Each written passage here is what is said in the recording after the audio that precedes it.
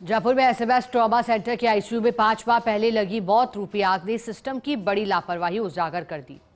6 मरीजों की दर्दनाक मौत के बाद बनी हाई लेवल जांच कमेटी ने माना है कि आईसीयू ही नियमों के विपरीत बनाया गया था। इसी वजह से आग लगने पर मरीजों को समय पर बाहर नहीं निकाला जा सका। रिपोर्ट में यह भी सामने आया कि आग बेकाबू होते ही कुछ स्टाफ ड्यूटी पॉइंट छोड़कर बाहर चले गए।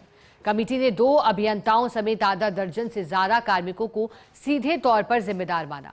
लेकिन हैरानी की बात यह है कि रिपोर्ट 2 माह से सरकारी प्रक्रिया में अटकी हुई है। आखिर उस रात क्या हुआ था और कब होगी जिम्मेदारों पर कार्रवाई, जानने के लिए देखिए फर्स्ट इंडिया की एक्सक्लूसिव रिपोर्ट। तारीख 5 अक्टूबर 2025, समय रात करीब 11:30 बजे।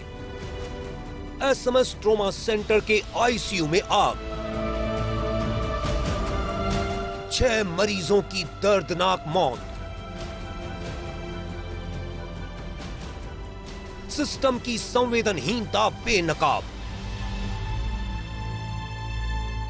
जयपुर में एसएमएस ट्रॉमा सेंटर के आईसीयू में 5 अक्टूबर 2025 को लगी आग ने सिस्टम की परतें खोल दी।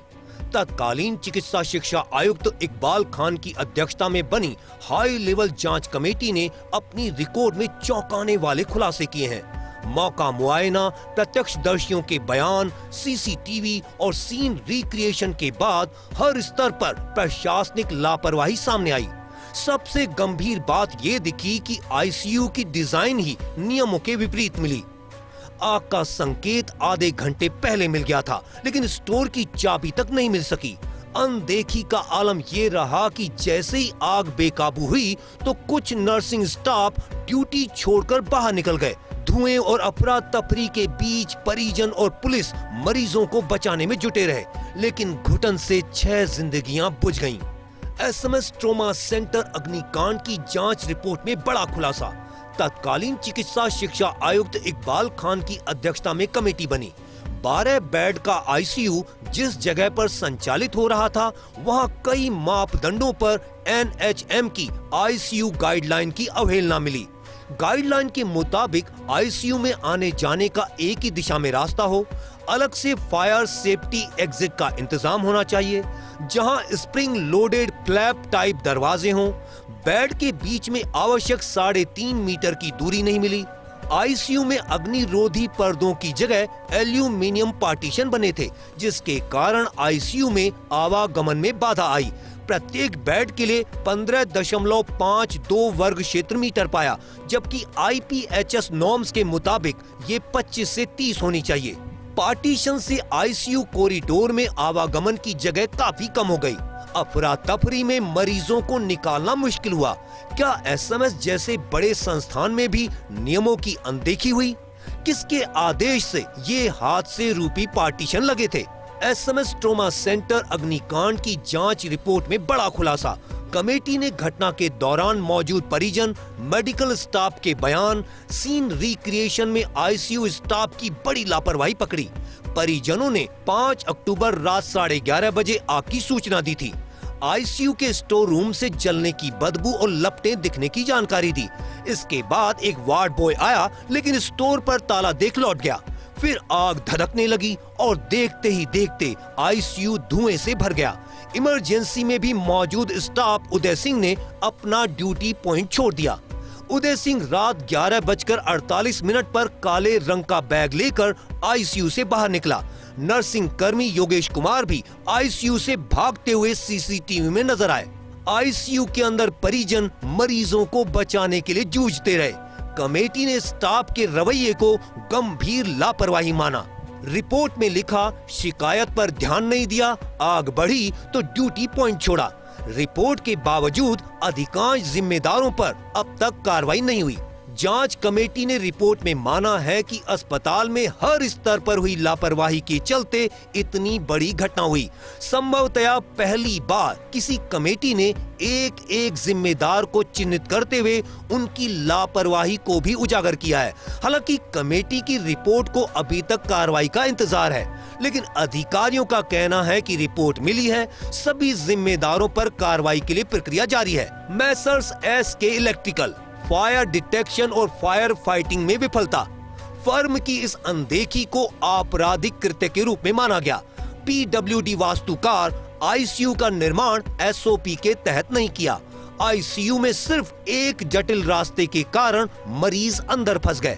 नर्सिंग इंचार्ज दीनदयाल अग्रवाल, सूचना प्रबंधन में विफलता। इमरजेंसी में चाबी के अभाव में स्टोर का ताला नहीं खुला, आग बुझ नहीं पाई। नर्सिंग स्टाफ उदय सिंह, योगेश कुमार, आग की सूचना के बावजूद कार्रवाई नहीं। मरीजों को आईसीयू से निकालने के स्थान पर स्वयं ने ड्यूटी पॉइंट छोड़ दिया। नर्सिंग अधीक्षक गंगालाल, फायर सेफ्टी मॉनिटरिंग में लापरवाही।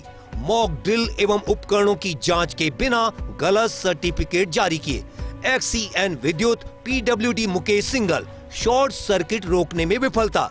एफएसएल की रिपोर्ट के मुताबिक शॉर्ट सर्किट से आग लगी। सूचना के बावजूद विद्युत सिस्टम को अपडेट रखने में लापरवाही बरती। एसएमएस अस्पताल अभियंता गोपाल कृष्ण दशोरा, विद्युत अग्निशमन रखरखाव में चूक। XEN civil Ashok Singhal, seepage और संरचनात्मक सुधार में अनदेखी। कमेटी ने निरीक्षण में जगह जगह पानी का सीपेज और सीलन देखी, जिसे गंभीर लापरवाही की श्रेणी में माना गया। तत्कालीन अधीक्षक और नोडल अधिकारी, मॉनिटरिंग फेलियर। बहुत ही दुखद घटना थी।